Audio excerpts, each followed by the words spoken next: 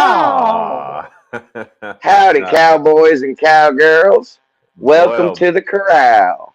boy, oh boy, do I love that intro. It's always fun to, I don't know. It's just always fun to listen to that and just kind of get amped up first thing in the morning. Oh yeah, I feel like I need to wear my cowboy hat up in here. Like I'm walking You- into the saloon with my boots on. the funny thing is my wife has watched like just a ton of our content since you and I started doing stuff. And she heard that song when I made the intro. She goes, "Yeah, that fits you guys." Yeah, I like it. Anyway, so you're not working today. You're playing hooky. Yep, I am. Me and my partner Austin are headed to the river to do some painting, air quotes, which we will paint. We will paint something. That is for sure. I don't know how Uh, well it's going to get painted, but it's going to get painted. I love it. I love it. You're giving everyone a And we're few putting in minutes a new to. HVAC system on Sunday. Gotcha. Oh, that should be good. You know. Yeah. One of our other friends from high school is going to come down and help with the HVAC. He's a HVAC guy, so this should be pretty interesting. Nice. That's cool. That's cool. I'm just giving everyone kind of a few minutes to get settled in. Drop a comment. Let us know you're here, watching, hanging out. We're just prattling today. EJ is off this morning. We'll keep him lifted up in prayer. He's got some shoulder surgery coming, I guess. So, yeah, Bob checking in. Morning, Bob. Bob, shout out to Bob, my libertarian brother from another mother, representing for the libertarians out there. You know what? That might be a good topic because somebody posted that the other day for one of these devotions about what we can do to elevate the industry. And so many people's answer was government regulation. You know, maybe that's a topic for another day. But just to go on the record, that is not TK's answer. Yeah, That no. is never TK's answer, actually. I think we've made it pretty clear that neither of us agrees that government regulation on the appliance industry is going to be helpful. Right. Yeah, let's talk about that after we go into the prayer and the proverbs. Let's talk about that because I just had that interesting conversation, a piece of that with someone the other day. So yeah, we'll dive into that. You're gonna bring the word. We got a couple people watching. I'm gonna go ahead. I'll pray us in, and then have you bring the word, and then we'll dive into that discussion for sure. Here we go. Dear Father, we just thank you for this day.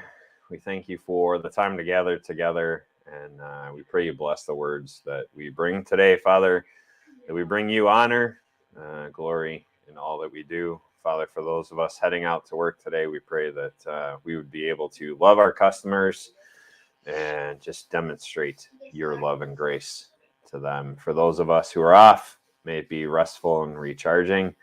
And, Father, we just thank you for yet another day to be here. In Jesus' name, amen.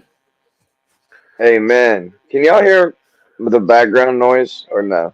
A little bit of buzz, but it's not horrible. Okay. I'm at home today and my kids are watching my kids do this thing where they watch other people on YouTube play video games.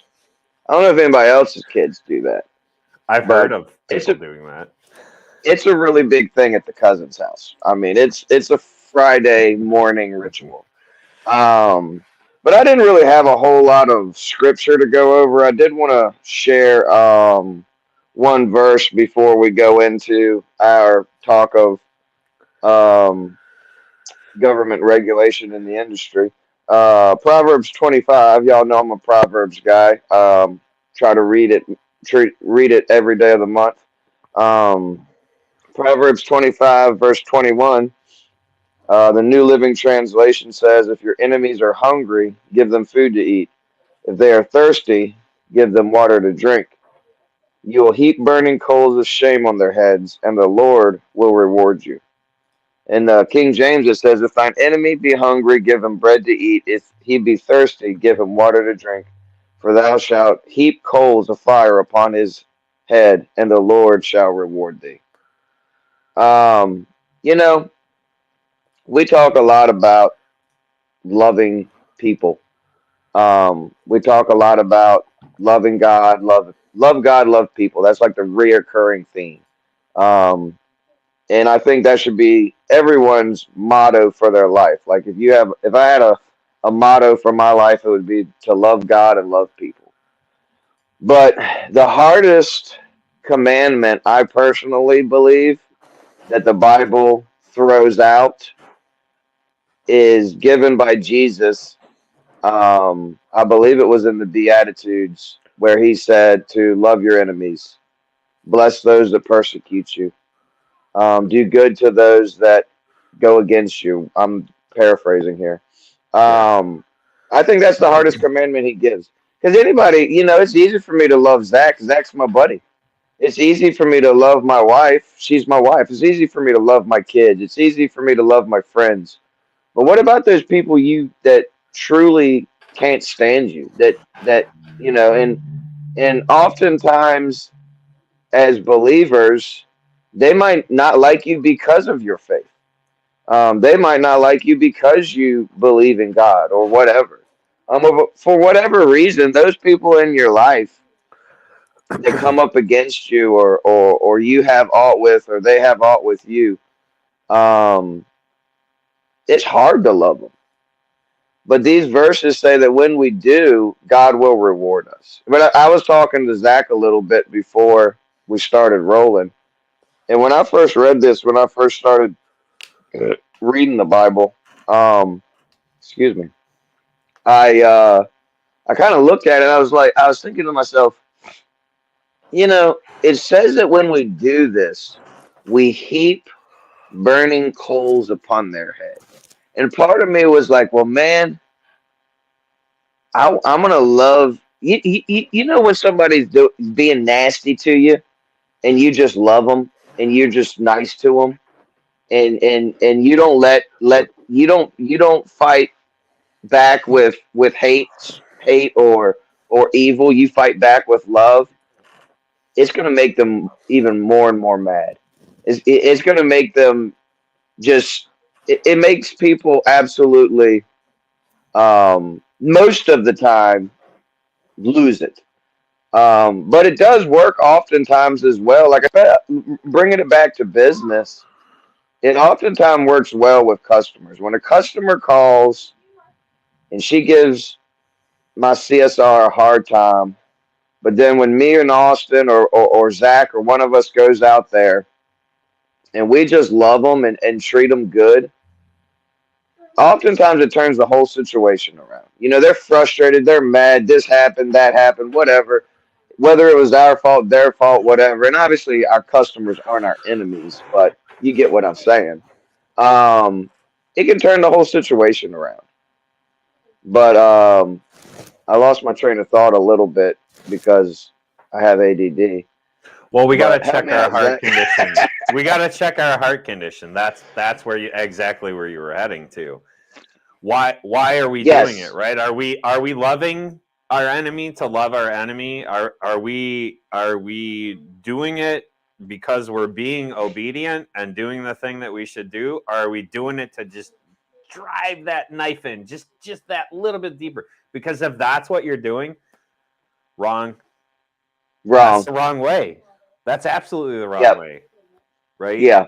And I think in business we can get that attitude too, because how many times have you had a customer that's difficult and you're like, I'm just gonna love them to death. I'm just gonna make them love me, and and you go into it with totally the wrong mindset. I mean, how many times have we done that? I'm guilty of it. Like I'm just going to treat them so well that they shut up and take that review down. And, you go in with that wrong mind frame. And as soon as you do that, right, like you lost it.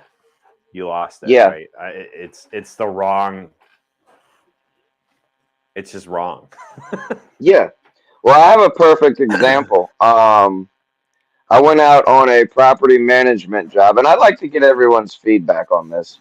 I went out on a property management job. I was there to look at three appliances: microwave, dishwasher, and freestanding glass top range.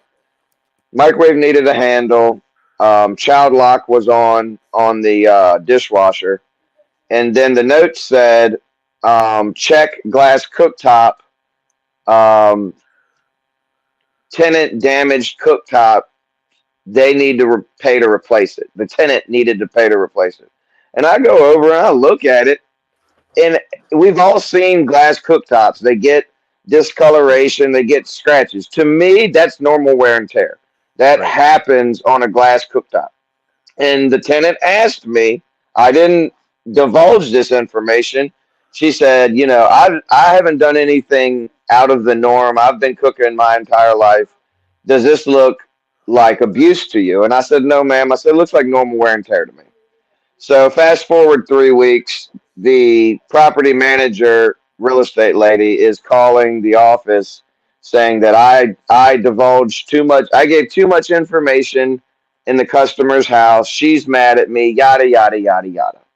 So long story short, I end up calling the property manager, and I just basically told her, I said, look, I said, I understand your frustration. I said, but I look at cooktops every single day of my life.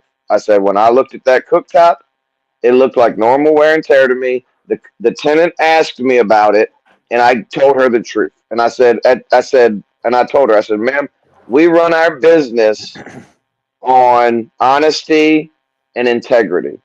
I said, we're going to be honest with you. And I said, when I went outside and called you that day, I said, I told you that it was normal wear and tear, and you argued the fact. I said, all I can do is be honest with everybody, and I said it very professionally. I said, and the fact of the matter is, if honesty and integrity isn't what you're looking for in an appliance repair company, unfortunately, we're not going to be the best fit for you. There's plenty of people out there. There's plenty of shady appliance companies out there that will lie for you and be dishonest to your tenants so that you can take advantage of them. And I didn't say it that way, but that was my thought process. And she was cool. I sent her some videos on how to clean a glass cooktop really good and things like that. And she was like, I really appreciate you. The homeowner's just mad because he wanted and I know the homeowner was trying to take advantage of the tenant. Um, but I was curious what everybody else's feedback is on do you think in that type of situation you just shut your mouth and don't say anything? Because I can't do that. Like me, if I see it, if somebody asks me a question, I'm giving you the truth. Period. I mean, so for me, like I, because of some of the contracts that I've had, when I was working for the one home warranty company, I mean, our contract specifically stated that we could not say anything. No pricing could be shared. No, none of that stuff could be shared with the customer. And so I've just taken the habit of not saying anything, right?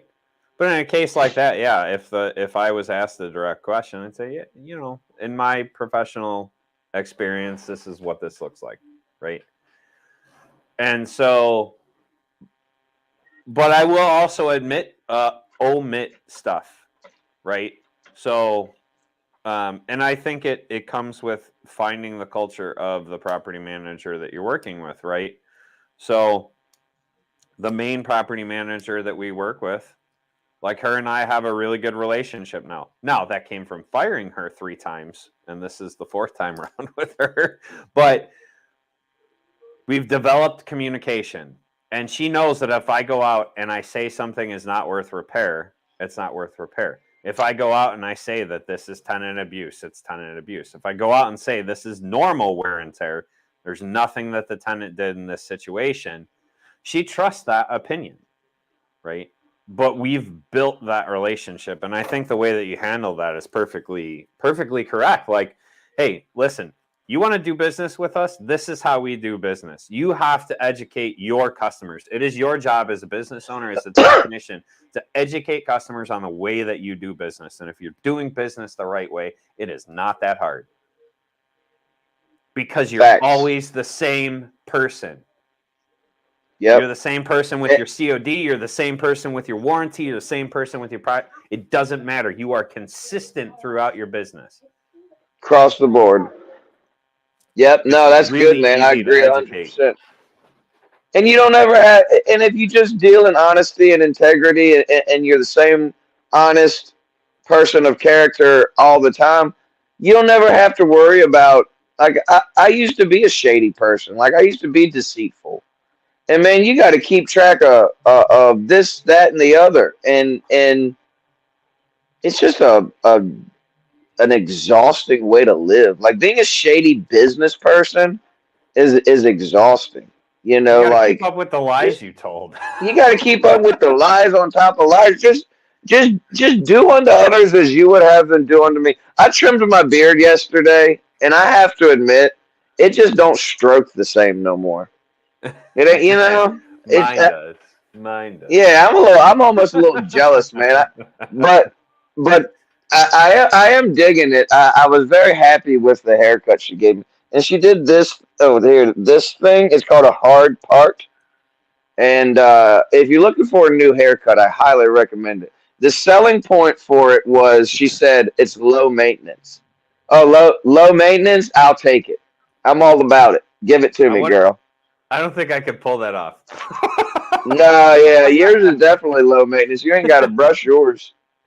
Yeah, but I got to make sure I shave it every single week, because otherwise, then it gets. Yeah, anyway. Gets all stubbly. Yeah. Dude, I shaved my head myself for freaking 15 years. It poofs out. It's annoying. So, So government regulation. Oh yeah. Let's go down that rabbit hole. So right now, if you are unaware, we have right to repair going on. Okay. And it is a very, very, very double-edged sword. On one hand, everyone should be able to have access to the information to repair whatever they need to repair. Appliances, fridges, everything. John Deere tractors. You should absolutely have the right, once you've purchased the product, to be able to repair it and or hire a company if you're not skilled enough to do it. 100%. I agree with that. 100%. The problem is letting the government get involved in that. Because then what happens? Then the corporations push back. And what are we ending up with? Any of you Samsung servicers out there? Guess what we're ending up with? STG. Guess what we're ending up with? Smart HQ. And it's only a matter of time before the rest of the coins fall. And then it's pay to play. You have to be factory authorized, or you have to pay an exorbitant subscription to be a part of it, because we let the government get involved in that. Yep. It's a double-edged sword, because we have to push back on the corporations that aren't doing the right thing. Absolutely. Yeah. And the problem is, there's no, and in a true free market, we are able to vote freely with our dollars. We go out there, and if a company isn't doing right, we stop buying their product. But, in today's world, with everything going on, it's all junk to begin with.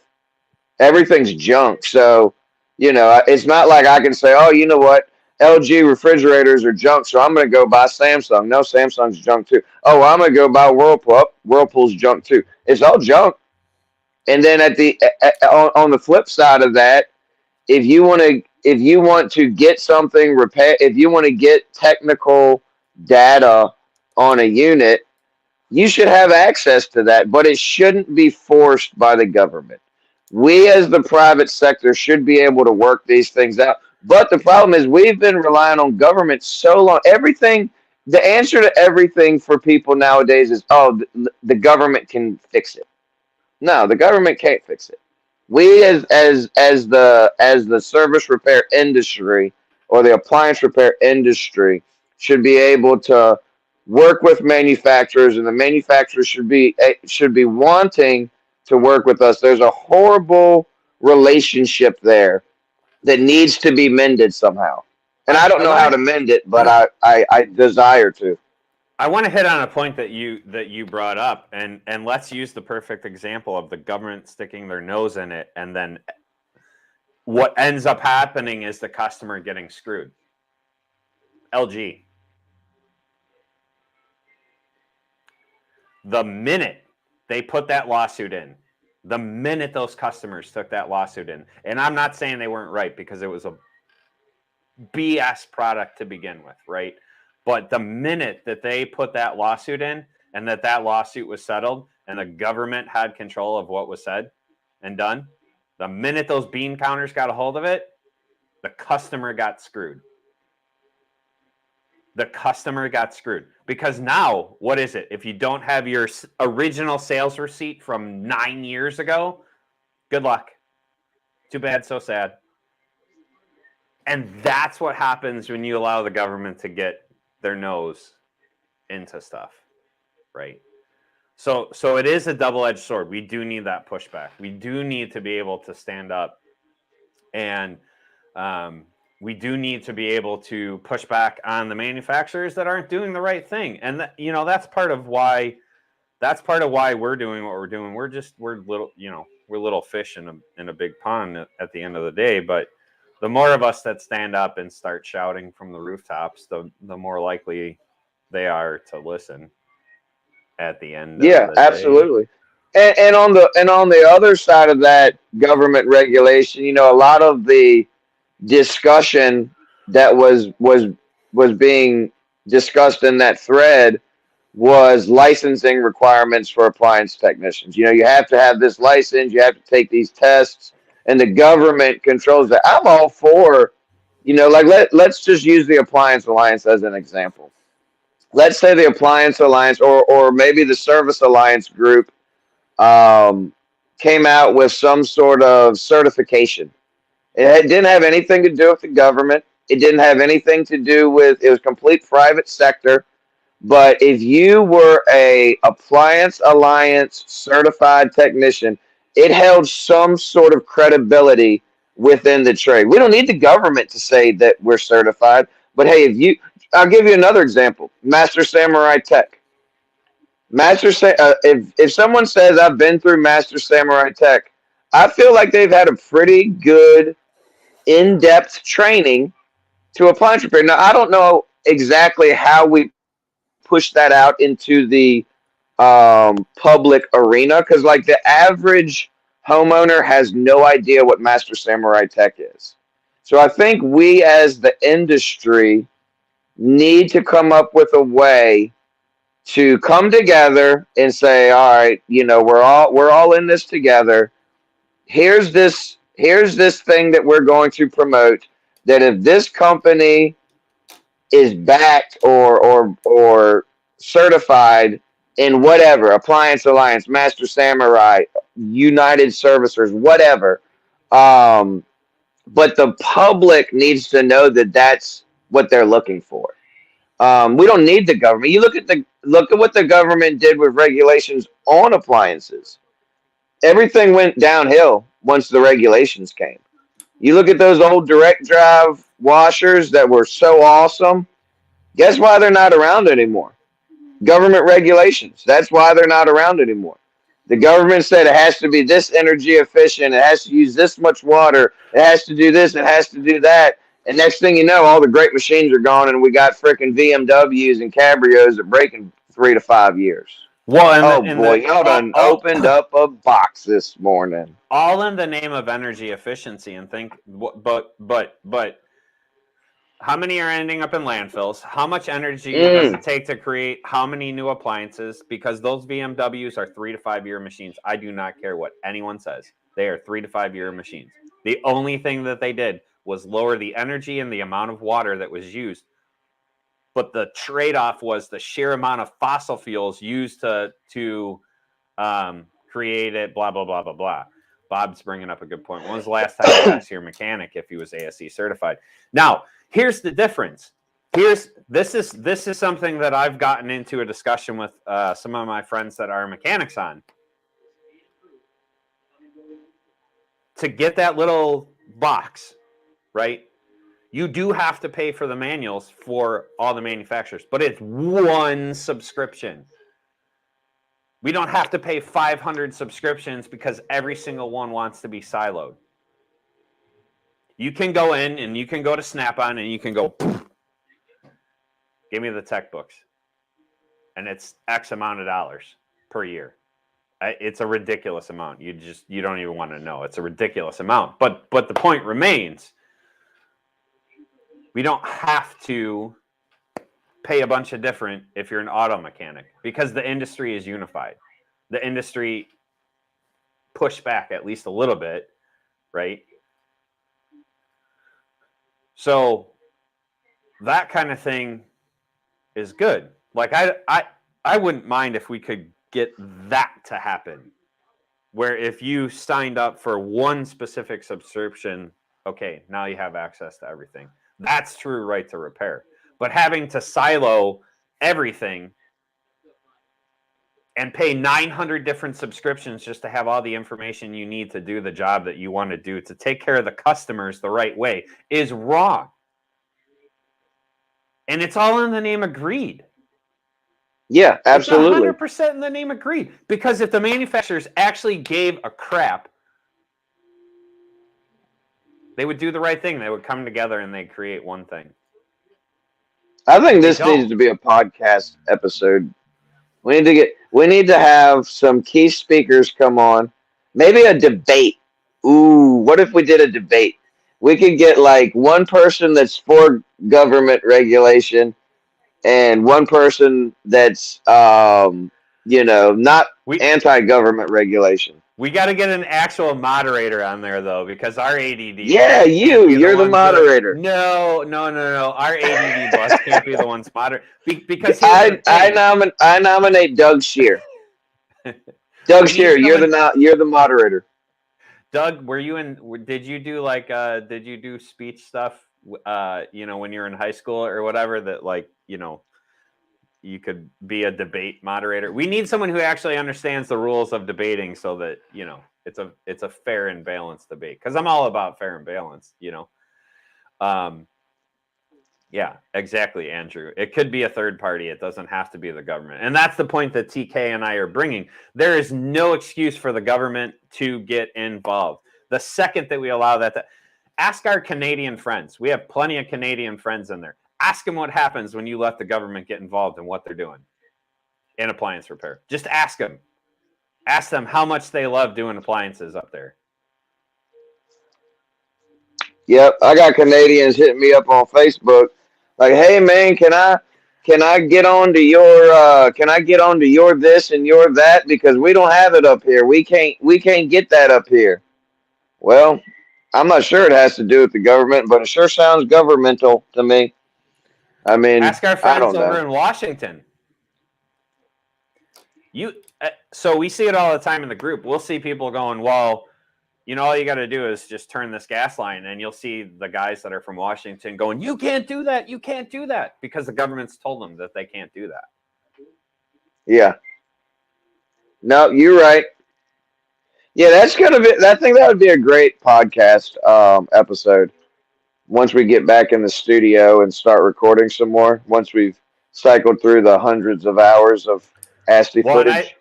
I think we are going to start mixing some of those in. I am going to drop. I saw him earlier, our buddy Phil. I'm going to drop his episode tomorrow. I am going to drop his episode. His first. Dude, I love Phil. We did a roundtable for business partners last night, and every freaking time I learned a lot of great things last night. But every time I spend time with Phil, I learn stuff. Like, that dude's he's a smart dude, man. Like, he's He's one of those people when he's in the room and he's talking, I just shut up and listen because I know I'm gonna get some nuggets of wisdom. I don't have. I mean, like I really am Sheldon. Like I don't have a lot of friends per se. But there are people in my life that like once like you vibe, you just vibe, right? You know, my brothers, you guys, EJ, Justin, Mike, TK, like you guys, obviously. Um, but meeting Phil and Sydney at ASTI, Doug Shear, I mean, like, so people like that, like you just, yeah, Phil's one of those guys. He's a great guy. Yeah, the tollers are awesome. Those guys are a hoot and a half. Oh man, they were on point last night. I love those two. Like I literally want to just go down to Florida and spend a week running service calls with Papa G and old Johnny Boy. Those two are awesome, man. I freaking love those guys. Yeah, they're a lot of fun. They're a lot That's of the fun. awesome. That's one of my favorite things about the Alliance and Facebook and all this stuff is, and it seems to be evolving even faster. Like with like virtual reality, we've been doing a lot of the virtual reality stuff. Oh yeah, I'm a little jealous. I'm not going to that. But like we've been doing a lot of this virtual reality stuff with like me and Anthony and some of the other guys from the Appliance Hub and the Alliance. And I mean, it's crazy that I can be playing poker with someone in Los Angeles, or playing poker with somebody in Canada, or playing Echo VR. If you don't have an Oculus yet, go buy you one so you can play blackjack with me and Anthony Cotto. Well, and like just the connections that happen, right? Like I got Taz connected with Phil because I don't know, I was probably talking to Taz for something like an hour and a half one day, and as I'm listening to him, I'm like, you know what? You need to talk to Phil, and I connected him with Phil. There we go. You know what I mean? Like And he those went kind of he went to connections. Georgia, right? And trained with him. Yeah, 100%. 100%. They Nice. got connected and they got rocking and rolling. Like, so that is the power of this alliance type. Um, it's so much more powerful than anything any government entity, any other crap can do. Kyle, these are coming. Literally, we just had this discussion on Monday. The masterminds are coming. Yes. There is a soft launch coming for the first group. It's coming very soon. I know we've been preaching that for half a year, but we're finally at a point where we do have everything together, and they are going to launch here really quick. TK, We want it to be the best it can be for you guys. We don't want to put out no crap. And there's a lot of work going on to make everything the best it can be. So thank you for your patience. yes. So TK, Justin, and EJ are currently sorting through. We're creating the first couple weeks of Mastermind. It's going to be a limited launch. The first launch is only going to be 12 participants. Okay. We only have 12 spots available. So some of you signed up on the Appliance Alliance page originally. We have your emails. If you put that you were interested in that, we have it. There's a few others that have spoken to me and to TK personally. And so we have your emails as well and ready to go. And we're going to send you the first invite, but it will be first come, first serve. We will have a big announcement on that, I'd say within a couple weeks here. And in closing, I would like to say this. The question was posed, and we preach all the time, how do we elevate the industry? And this is my statement. We elevate the industry by networking. We elevate the industry by building community. And we elevate the industry by working together. So, not just. That's Andrew. Oh, yeah. That's good. That's perfect. And you know what? It's not just the appliance repair industry. You want to elevate any All of them. aspect of life. You want to elevate any aspect of life. It's through working together, building community, and networking together. That's how it's done. And that's real cut and dry. There's a lot more to it. There's a lot more that goes on to make that happen. But I'm a firm believer that part of the downfall of society is that we have lost our sense of community. We have replaced community with government. Back in the day when somebody was in need, guess who ran in to help? The community, the local church. The local church came in to help. Guess who we depend on now? The government.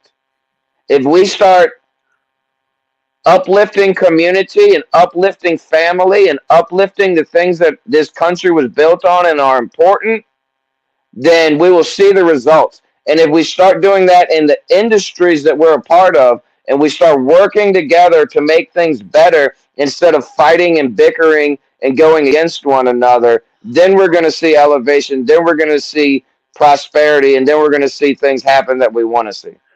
So I'm going to close with this, guys. When you guys and girls, when you see us in the group and we're saying, use the stinking template, be kind to each other, post this way, don't do that.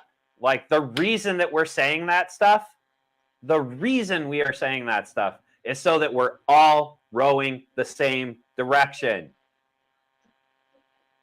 Yep. The only way things get better is if we're all rowing the same direction. That is the whole reason that we do everything in the Alliance groups. We're trying to make one standardization. We're trying to standardize what's going on. We're all trying to get rowing, and we're not alone. Some of the other groups are doing the same thing that we're doing. They're asking people to post in the way that we post. Why? Because we set the example.